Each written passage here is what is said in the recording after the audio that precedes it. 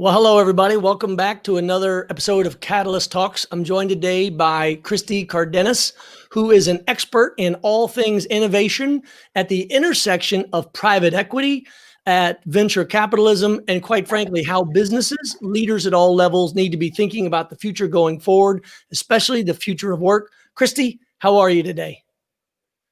I'm good. Good. Thank you for having me.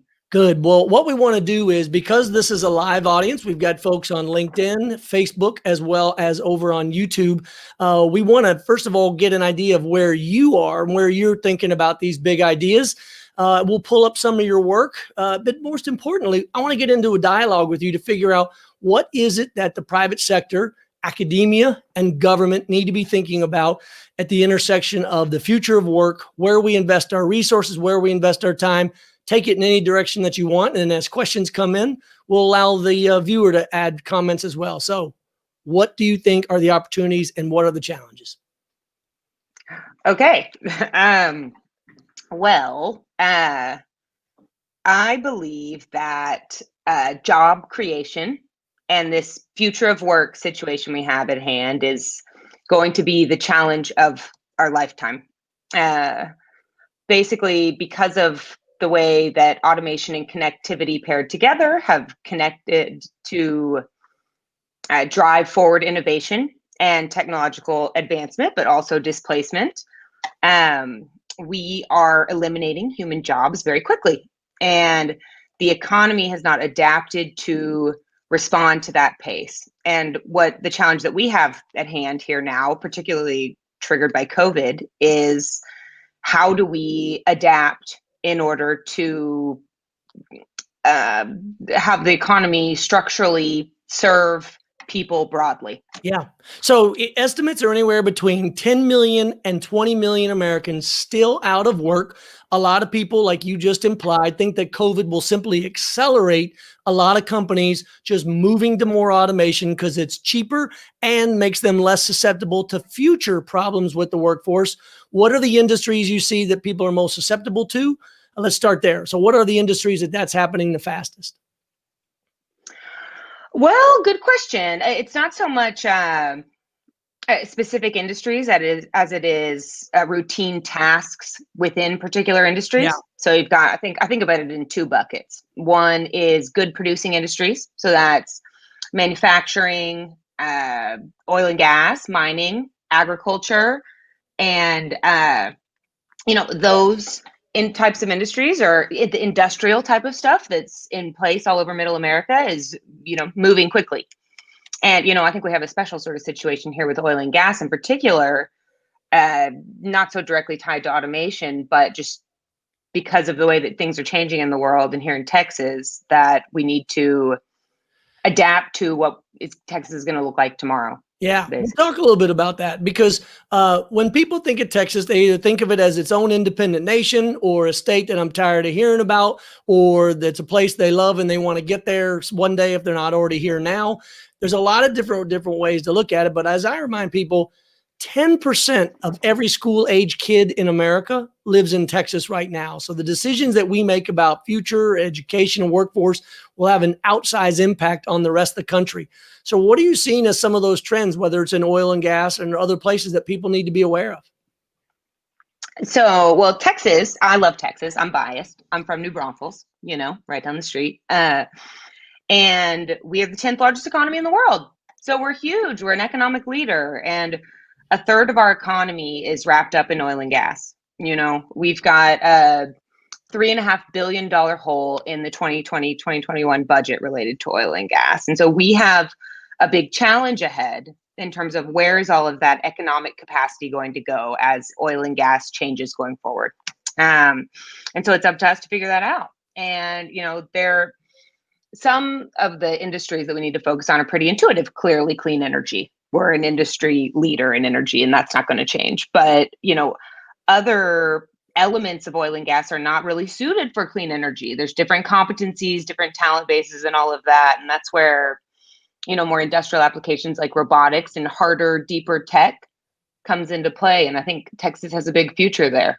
Yeah. You recently released a report. I read it this summer, looking at some of these trends. Tell us a little bit about that report and what are some of the biggest takeaways that people need to know. And we'll try to bring that up on screen. There you go. Thanks, Nora. Yeah. So the point is that, you mentioned before that COVID could be an accelerant to what's happening with automation. And it is, everything's going digital, where people are being cut out of the loop wherever they can. And not only that, but economic distress is also an accelerant. If you look at the last, every recession since the mid 80s, you have companies pausing in the economic downturns, firing people, investing in automation, and they never hire the people back. And so the question is, where do those people go? And here we are sitting in deep unemployment. And the point of the Silver Line Report is really just to say, we have a special chance right now to kind of structurally correct some of these inefficiencies that we've been experiencing in grading magnitude over the last couple of decades. And we can be really targeted about how we spend that attention. We have amazing tools. We have the internet, which is wild. There's so much we could do with data and the internet to focus on emerging opportunities. Well, and that's the point. These emerging opportunities and the opportunities brought by COVID highlight, for instance, I'll give one example, the access to broadband, which for so long we talked about the access to broadband rurally. And we thought that was where the only problem was. But COVID has exposed the fact that as we moved all these kids home and so many people had to work from home, that there are huge pockets inside of urban areas that lack access to broadband. So if you take either broadband or any other area you want, what are some of those opportunities where people need to be thinking about investing and double down for the future? So I'm with you on broadband, honestly. And I really think about it like innovation and infrastructure. And, here in Texas, the economy is so important to us. And I think we have a special chance to invest in infrastructure that will streamline the economy. And so, that means physical infrastructure. So enabling autonomous systems and, stuff that's pretty far out there and pretty basic stuff like broadband, but also, digitizing technology commercialization through the universities and just fixing the chain that is the root of innovation to what we receive in the market and becoming more efficient. Well, you bring up a great point. You and I overlap in a lot of different areas, not just at the intersection of innovation and investment, but also in this idea of return to work. At the Texas Association of Business, we're on the return to work initiative. But the way I like to frame it is it's not just return to work after COVID. It builds on what you talk about, which is return to work after COVID. And then now what? Meaning, as so many of these jobs were shed, which one of them are coming back? So you mentioned the role of university. There's a role for community colleges. Are there anybody that you want to give a shout out to that we can drop in the comments for others to be able to know more about or to follow? Because the whole point of these LinkedIn conversations is to raise people awareness. And because we do it in the platform of LinkedIn, they can ask us questions live to be more specific, or we can just drop their name in here right now. So who are some of the folks you would highlight as doing it right? So to your point, the problem is really both public and private, and it requires us to collaborate more broadly. And I'm going to sum this up by asking you a question. Go ahead. But, there are a bunch of policy organizations focused on the workforce. Like we talked about, where Joseph and I work together on the Texas Return to Work Initiative, and that's supported by the Texas Association of Business and a bunch of other organizations. Texas 2036 has some similar ideas and kind of has recognized certain problems, disconnects, let's say, in the talent that Texas is producing and what the workforce needs. But let's pause and talk about just that one idea for a minute. Texas 2036, and many states may have something similar, was an initiative created originally by the business community who looked backwards at the pipeline of talent in the state of Texas coming out of high school. And one of the things that they saw that scared them to death was we have a smaller and smaller percentage of the population after high school that is either career or college ready. And you just can't keep an economy as red hot as Texas going if you don't have access to that talent. That's in many ways why Texas 2036 was born. So Thank you for starting with that first example, but I cut you off while you were talking about others. What are some others that you want to highlight? Well, I'm with you about Texas 2036. And just one more comment on them. They use data to inform decision making, and that's another piece of the equation. Well, yeah. And the other thing, in addition to data that I think is important, as you know, with USTomorrow, we work with PreK, which we can drop in the second. Oh, there's Bob Cartwright. We'll get to your question in a second, Bob. But one of the things I think is so important is to get sentiment. And the reason why I always point out the reason why companies like PreK, the national NRC, their partner, is this idea that if you don't understand the sentiment, so I could give you data that says unemployment is 15%. But if I don't get your sentiment, which is now, are you optimistic or are you pessimistic that the number is going to go up or go down? And if I give you that number 15%, does it mean that you're having trouble getting workers still, even despite there being plenty of workers available because they don't have the right skill set? That's the kind of stuff that I think is important, data plus sentiment. But just real quick there. So Bob, you're talking about how we reimagine working and collaborating together in the future, getting beyond COVID, the 2020 election, and accessing talent. So Christy, what's your first thoughts on that? How will we reimagine work and collaboration? Well, good question. For instance, the mix of at home or remote working or people, working for a headquarters company in one state, but living in another. What does all this look like? There's more freedom of alternatives, which is nice. And the fact of the matter is economic activity clusters geographically. And that's just a reality that if you're in the economic cluster, then there's all sorts of benefits that you receive. But when you overlay that with this, not only the digital, access we have today to talent, but also the fact that people are moving in droves, I think it's going to be a whole new world. And for Texas in particular, we have kind of a crazy situation here where the Biden administration becomes very important to Texas, right? Just in terms of their perspective on oil and gas and what is going to happen with oil and gas and what does that look like for Texas. And that overlaid with all of these new people and all this new talent coming in, I think we have a special opportunity to sort out how to work together.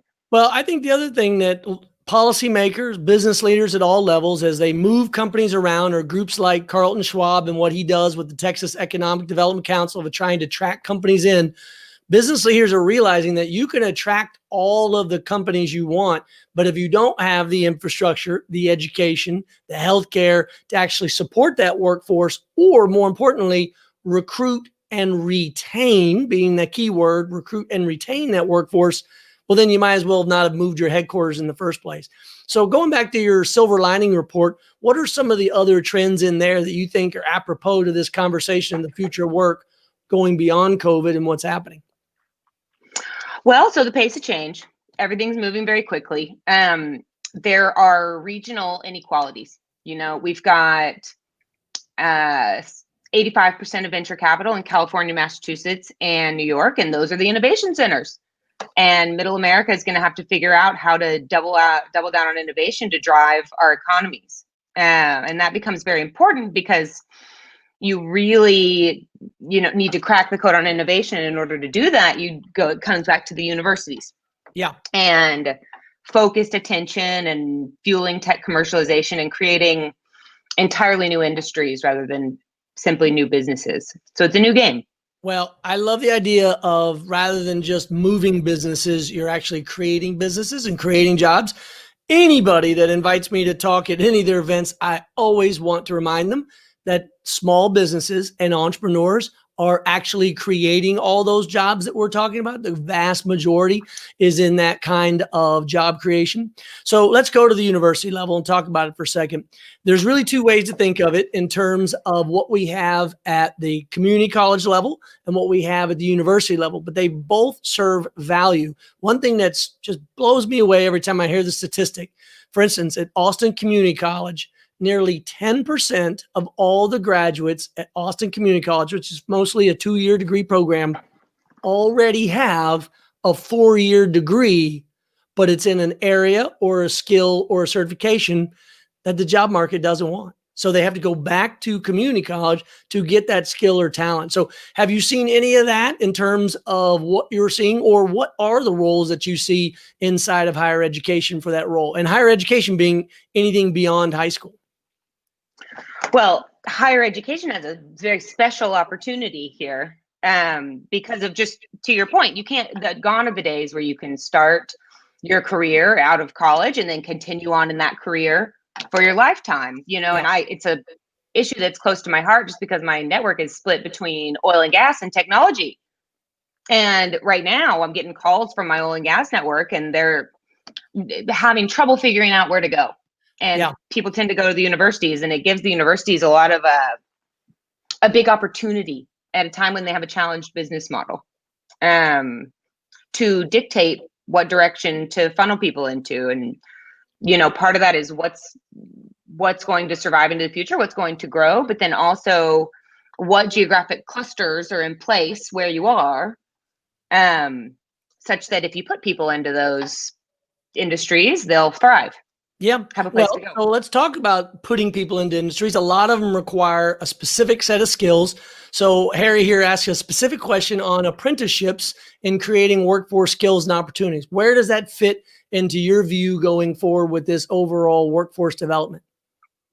I like it. I think we need it. We need more of it. Honestly, when I think about, finance is really an apprenticeship business, my career, investing, investment banking, all of it. And I don't see how we pivot quickly without passing knowledge down like that. I think it makes a lot of sense. Yeah. But the other thing that I see value in apprenticeship programs is you get really a twofer. Now, we don't have to necessarily use the German model, which is very deliberate and very structured. There's a lot of American companies that, quite frankly, started with trade unions, but they're now seeing it for everyday companies, not just in those that have specific trades, where they're bringing in talent who don't necessarily have the degree or program certification yet. They're working alongside an expert in their field, whether it be finance or even welding or construction, whatever it is. And they may not be paid much more than minimum at the beginning, but then as they get that certification, as they get that experience on the job, not only does their pay go up, but their opportunities go up.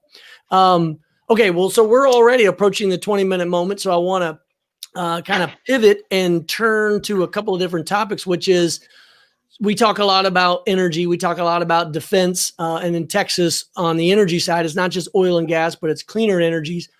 With so much new innovation coming to Austin, to Central Texas, with respect to Army Futures Command, defense innovation, they're bringing with them companies that are coming in that want to be in that ecosystem.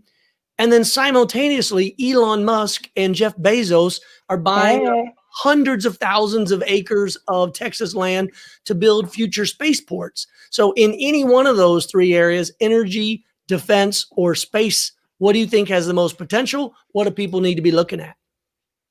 Well, defense is, a key.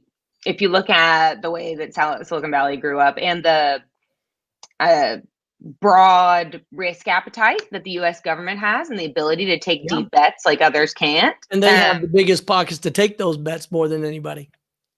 That's right. Yeah. It really, defense focusing on Texas and Austin can really, bring us into the stratosphere.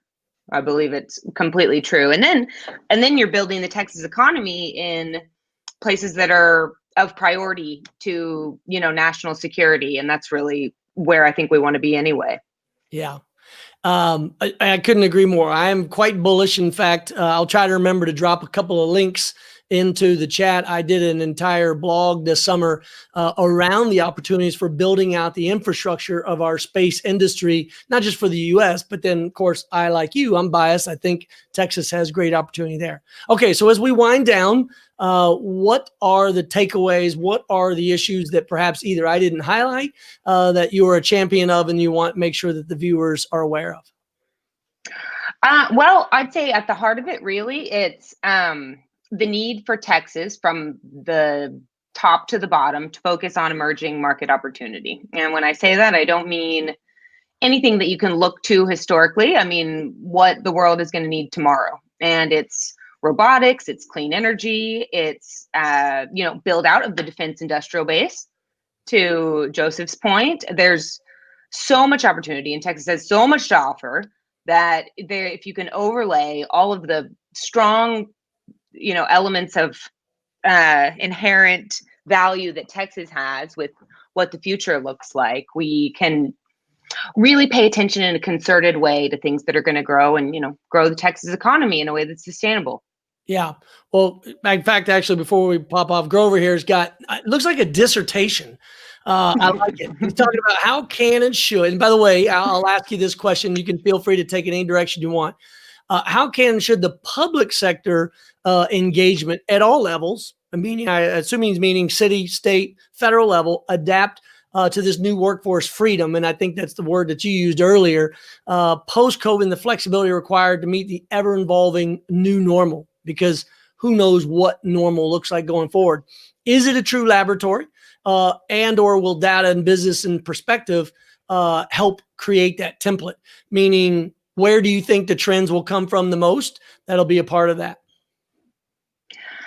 Yeah, well, I think data has to inform it. The whole idea is that we need to get more efficient about how we target our resources. And in order to do that, we have to focus based on the data that we have at hand. And second to that is public and private are just going to have to sort out how to work together. And it's a whole new world here. We're going to have to, pave this territory. But what an opportunity. Well, one of the things I'd say to Grover's point is this idea that we've got to figure out a laboratory to allow government to accept a little more risk than they're willing to take now. Right now, what happens is they try a pilot, they try an experiment. If it fails, they're skewered. And not only are they skewered, but then their political opponents either throw it in their face in the next election cycle, or voters throw it in their face. And yet the irony of all that is just the American experiment itself has been a series of evolutions, been a series of experimentation of what works, what doesn't. And as the early founder said, it'll be out in the states that will become the laboratories of what works. And then maybe over time, it escalates to a higher level to determine what works well across the country. But to your point, it's got to be data driven. I would just add that it also needs to include sentiment as well. Okay, so let's see. Harry actually has a question here. I just took it off. Thanks, Nora. Oh, go ahead, Nora. I'm sorry. So he's saying, how does the WIOA mobilize dislocated workers towards the skills required for the digital economy? They certainly have pressures upon their systems that discourage risk taking. So what are your thoughts, Christy? How does government become more able to accept risk, or to be more risk averse in general, or to be less risk averse? Well, so I agree with your comments, that you just made. And I also would make another that we need some way to make long-term decisions. And then to the extent that you're able to make long-term focused economic decisions, it becomes a lot easier to sort out the skills that people need. You can look at market adjacencies and sort out how people need to be trained and how. You want to define market adjacencies for those who may not be following the subject as closely as you and me? Sure. So what I mean by that is, let's take oil and gas. I think about robotics as a nice market adjacency to oil and gas, because there are so many different elements of oil and gas that you can use to drive value in robotics, like advanced manufacturing and engineering talent. And there's a big chunk of that activity that will make sense in a different market. I think also the second point that I would make in this regard is just we can't produce workers suited for one particular task. We need innovative thinkers and creativity and just a higher elevated level of human that is able to innovate more quickly and, field tasks related to all sorts of different things. And I think that's really the key. Well, there's an analogy from the military that I think applies very well there. And if you haven't read The Talent War by George Randall and Michael Corelli, read The Talent War, because what it gets to this idea is, so for instance, right after 9/11, we went to war with the army that we had. And then over time, there was a role for the special forces, a role for conventional forces. But when you had an emergency and you needed more special forces, they're just not there. And you can't grow overnight and you can't instantly create special forces. I think to your point is, if we want to long-term fix the problems we have, we need to be making those investments now in workforce development and education, because if we get 5-10 years down the road, there's no simple spigot that you just turn on and say, oh, I need 10,000 more of these type of people with this skill set. Because if they don't already exist, they're not there for your opportunity to recruit them and retain them. So anyway, okay. So wow, we're already past 25 minutes. I've thoroughly enjoyed this. Was there anything else, either from the audience that you want to ask now before we let Christy go, or Christy that you wanted to share with the audience? Your last comment, I do agree that things are moving too quickly. We can't completely see the future, and we're going to have to be nimble. And the last point I think I'd make is that now is our chance. This is a special opportunity where people are still flooding in. We still have, are in a really good economic place because of the cash cow and the natural resources that we do have at our disposal. And we have this very unique opportunity to make some changes and really, catapult Texas as a economic leader going forward. Yeah, no, I couldn't agree more. Well, let's kind of take a look before we sign off at what Bob's saying here, talking about there appears to be a cultural revolution brewing in the country and a microcosm of that movement growing here in Texas. We're going big now, Christy. All right, from a geopolitical and economic perspective, what impact will that cultural change have on the future of work and governmental influence? And in fact, his question was so big, it's practically covering your face. I have to look up to see it.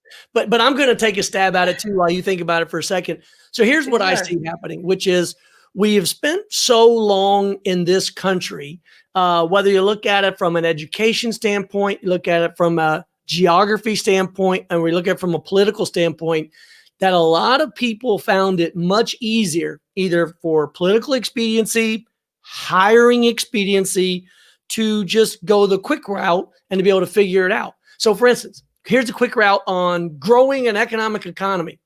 $1 billion incentive packages, tax incentives that mean essentially they're not paying anything, and then you're poaching them from another location. And for the longest time, Texas did that in and of itself, poaching from each other. And then now Texas is poaching from other states. What I would like to see, and if I don't know if this goes to your point, Bob, but what I would like to see is us doing more from within, growing more from within, and realizing, as Art Markman at the Austin or IC Squared at the University of Texas at Austin, what Art Markman and his team are trying to do is to see, how do we take the opportunities in rural America and in urban America and better stitch them together? Because, for instance, to the geopolitical front, we're going to need international trade. It works. Now, we want to make sure that we're not cheating and we're not exploiting workers. But overall, economics says do what you do best and hire people for the rest, whether they're, a competing business that makes a better widget than you and use that widget to make your product better, faster, safer, cheaper, or internationally. So, Bob, that's my take on it. Christy, take that idea, that concept that Bob was talking about, any direction you want. Yeah, well, I do agree, honestly. And I see this sort of, we have all this new blood coming into Texas. And the question is, who is Texas going to be now? And I think there's a little bit of defensiveness, in some of the legacy Texans here. And I feel it myself, just how can we remain How many true generations of Texas are you, Christy? As many as I can count, I love Texas. I do. And this kind of unique challenge that Texas had, the blue dot of Austin and the red of rural Texas, and how are we going to make this whole thing work with all of the amazing things that we have at our disposal? It feels like a special time for me. I know my husband feels this way too. We feel lucky to be here right now and lucky to try to be a part of it and to try to push us forward into the future and, into a place that kind of fits right with the heart of Texas. Yeah. Well, Pam brings up a great point. I want to get your thought on this from a venture capitalist, from a private equity investor. Do you look more at companies that seem to have a leadership team of great character, or do you look into invest in teams that have a lot of great experience? Pam's point is you hire for character, you train for talent. What does it look like to you? What's that mix or balance?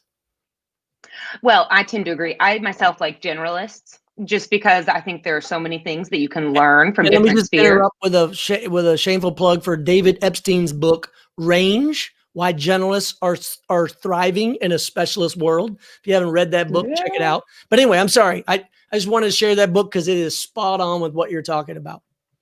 Well, totally. And it's consistent with all of, to Pam's point, things are changing so quickly, you really can't, it doesn't make sense to buy the task any longer.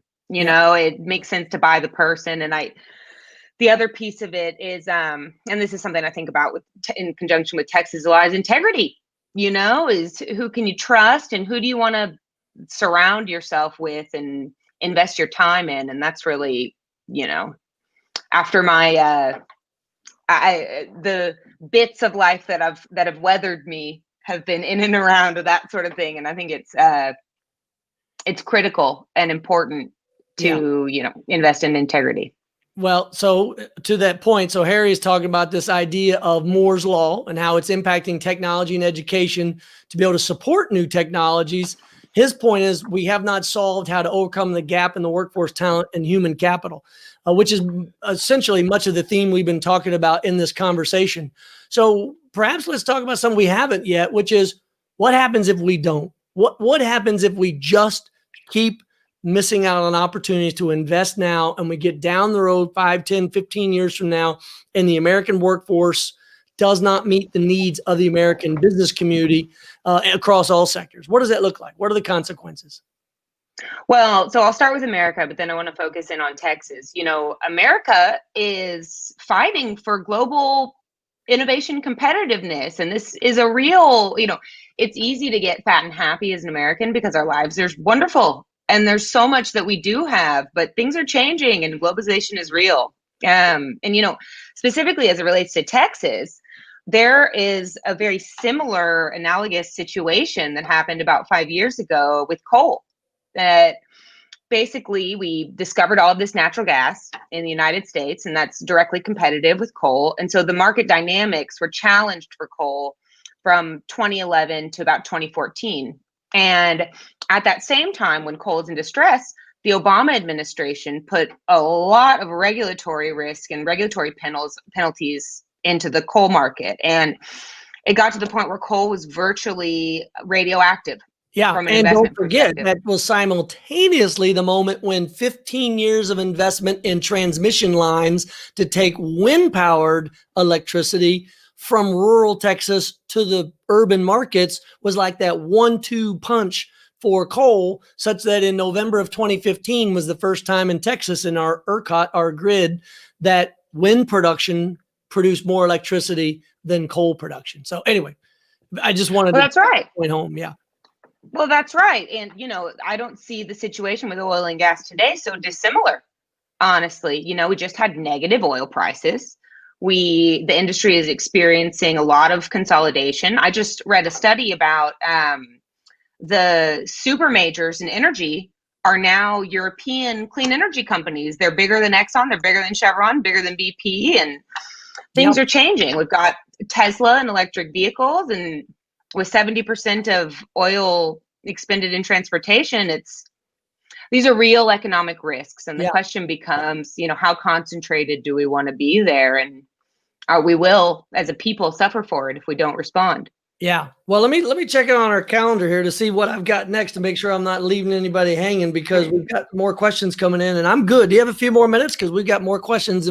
Yeah. Okay. So what Mr. Byars here is asking about is, and we talked about this a little bit, we didn't go into much detail. And so maybe this is time for going into detail. What are some of the trends you see coming out of the new administration, and how will they impact the Texas economy or the larger economy writ large?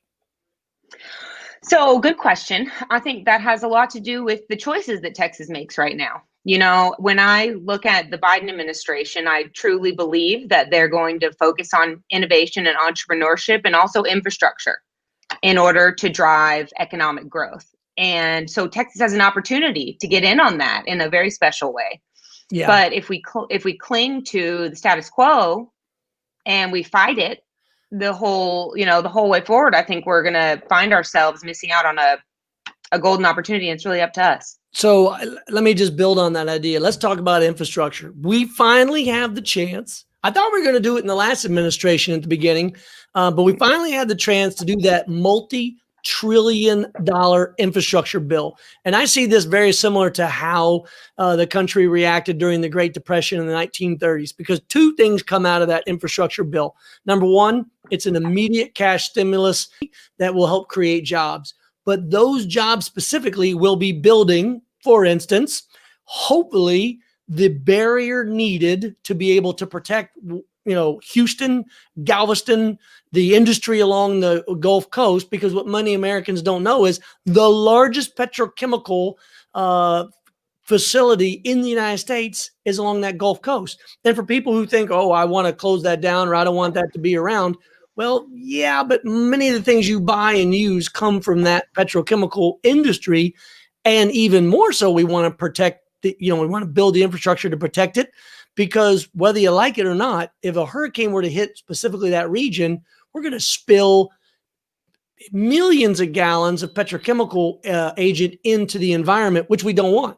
So I think that's just one example of what the infrastructure bill could do for the region and do for the country. I think the other is in high-speed transportation, high-speed rail. I know the airlines are going to say that that's unfair competition, but if we remember, right before COVID, it was hard to get a line to begin with in terms of, tickets and opportunity and change. So what other areas do you see inside the infrastructure bill that might be able to benefit not just Texas, but other parts of the country? So, I agree with you completely about infrastructure. And to me, it just makes all the sense in the world.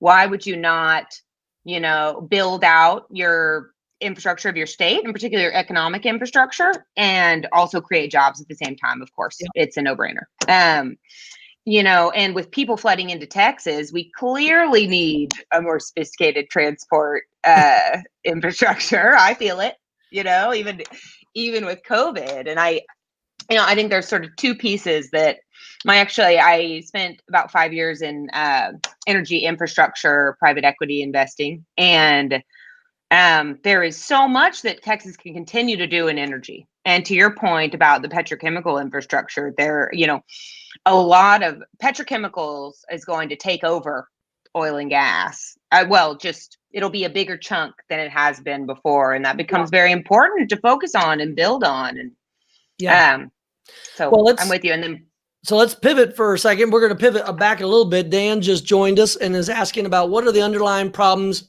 that we will experience because of COVID, not what COVID illuminated in the current state. COVID will have negative impacts too, and what are they in the workforce? So we've talked a lot about the positive opportunities, but what are some of the negative opportunities, to Dan's point, that really will be bad going forward because of COVID with respect to the workforce? Well, so COVID sort of took an already fast-moving situation and lit it on fire. So the train was already moving really fast and we were struggling to keep up. And then here we are. The engine car just went. Yeah. And then, we doubled the speed and the train's running away. And so as I do believe that there's real opportunity longer term once we sort out how to handle this whole thing, but there is inevitable friction. There's deep unemployment, there's homelessness. Yeah. I see it everywhere. And I know it's related to the economy not working quite right. We haven't quite figured it out. It hasn't gotten painful enough for us to work together to solve it. So there will be pain. Yeah. And Dan, there will be negative. Yeah. Dan, my point to my thoughts on your question of the negative sides of COVID is, it is, to Christy's point, accelerating the speed by which people are dropping out of the economy. We already had that trend going, and this is just going to make it worse. I see Bob's got another question, so let's hop into it here. He's asking, what should be the new mantra in Texas as it relates to the future of work? in describing or driving economic and business opportunities to excellence? And do you believe that we can get everybody on that same train? As you just said, that train's on fire, and we got to figure out how to not only keep it moving, but put the fire out. So what is that new mantra? How do we do it? Well, I think it's rooted in the Texans and who we are. And it's about being wildcatters and entrepreneurs and taking risks and forging into the future. And I really think it's a cultural ethos more than anything else. And, I hope that we can come together and figure it out. I don't know. I was in venture capital raising a fund, and I just started to realize that this problem is bigger than any one fund. And it's bigger even than just private enterprise alone. It's really going to require all of us coming together and collaborating in a way that we have rarely done in the past. Yeah. Well, thank you for that answer. I'm going to, actually, let me give my thoughts, Nora, if we can drop that down for just a second, because I just finally finished reading Lawrence Wright's book, God Save Texas. He's a Pulitzer Prize winning author, all kinds of stuff from writing screenplays to nonfiction, fiction. But on this particular introspective, it goes to Bob's point about this new mantra. And what he highlighted so well in this book is the idea that what made this state great is much of what made the United States great, which was people who were setting out to take risks, setting out to try and explore, who probably had to leave the eastern part of the country because they were either chased away, lost a job, or oftentimes got somebody pregnant and two of them had to leave and they came west. But in that idea of we've lost everything, now let's start something new, that I think is the mantra, which is, okay, it broke. It's not working. What do we do? So let's go to Dan's point here real quick. He's talking about on the global point, the need to read The Accidental Superpower by Peter, is it Zahine? Our country is geographically a much better state than most of all, if not all countries. Highly suggest reading it. Thanks for that recommendation, Dan. Let's go to Elijah's point if we can. So he's saying, we were talking about data earlier, Christy. What is the data we need to focus on? Is it the champion data-driven decisions that he's talking about? Isn't it a little bit paradoxical when it comes to innovation? And so can we really solve, he asked, the new problems with old information? So what are the questions that we're asking or should be asking? What should we be measuring? Sure. So I think there's a couple different layers of data that become important. One is the economic clusters in place in Texas. You're not going to build a super cluster of something that's not already here or something that's not suited to be here. And so you really have to use not only the people and the talent that we have and the enterprise that we have, but also the core advantages that Texas has when it comes to import export. Take inventory of those human skills and the human capital that's here to begin with. Yeah, I'm saying, assess who you are, assess what your strengths are, and let's keep that in mind as we look to the way we believe the future is going to look tomorrow. And the thing about it is so yes, you can't look at history to extrapolate it, but you can make some pretty sound logical arguments about what's going to be big. So let's take, and I keep using robotics. It's a space that I know well. But if you look at the labor markets and you look at the size of the labor activity that is focused on routine tasks that already today can be automated by a machine, stuff that humans probably shouldn't be doing, and also they're expensive to do, that they don't want to be doing, they get hurt, they die. There are very clear reasons why machines are better suited to do this stuff. And when you look at, on an industry by industry basis, those segments of the economy, you start to understand the real magnitude of the robotics opportunity. It's trillions and trillions and trillions in perpetuity, right? And there are other instances, clean energy is another really sound example. Clearly, the world is moving in that direction. Healthcare, biotech, COVID has illuminated some arenas that make it very clear what the market is going to demand. And so if you take the competencies of Texas, the clusters we have in place, the people we have here, the activity going on at our marquee research universities, and then you make some choices about what side of history Texas wants to be on. What are we going to choose to focus on and choose to build towards and choose to lead? Yeah.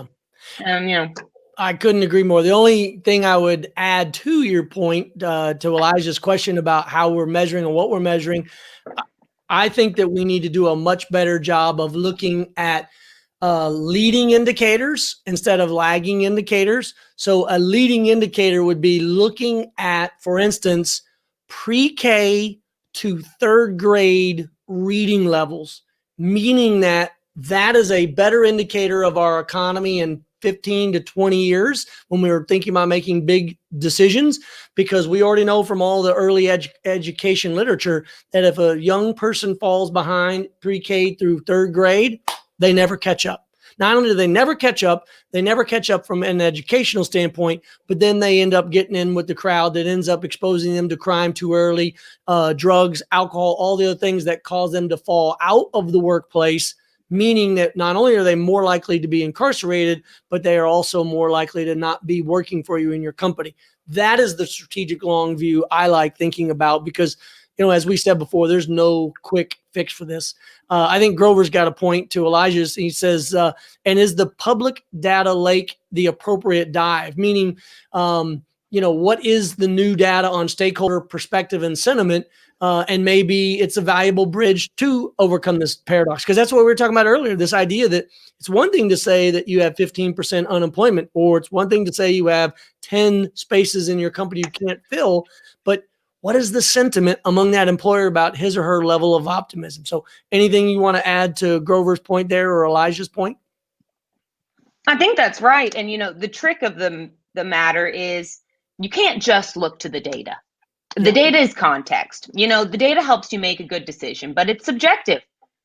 Judgment is going to be required. And it's similar to the state of the workforce, where we can't the machine learning is not going to do it for us. We're not going to be able to make these decisions with machines and computers and analysis alone. We're going to have to be big boys and girls and talk about it and sort out what we think makes sense, and so therein lies the struggle between the mathematician and the engineer. Now, I'm biased. I'm an aerospace engineer by education. So the difference between a mathematician and engineer, which is if I tell you to build a bridge across the river, but you can only go half the distance every time, the mathematician will say, I will never get there because I can infinitesimally never reach it. If I can only go half the distance, the gap will always exist.